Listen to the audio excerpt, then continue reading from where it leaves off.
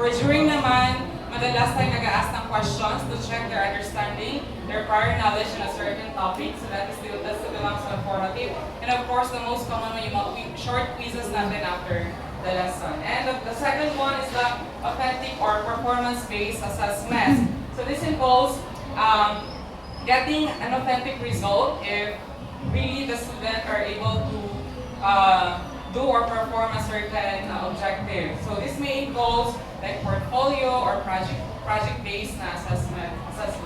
And the last one is the continuous feedback loop, which I think is common for all of us teachers. Like when there is group activities, bibigyan tayo ng what we call feedback or rubrics. We can also incorporate a peer assessment after yung mga project-based natin na assessment. And that will be all.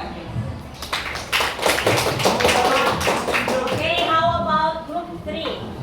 Creative work, we found out that the most useful assessment practices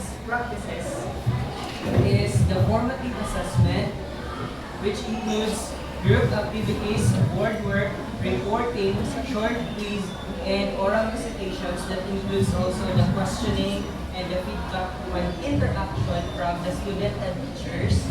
And these assessments provide immediate information about learners' understanding, and it helps identify misconceptions early and allows us teachers to adjust instructions and to meet our learners' needs. Thank you.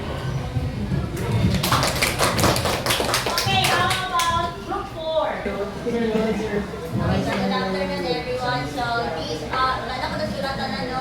But these are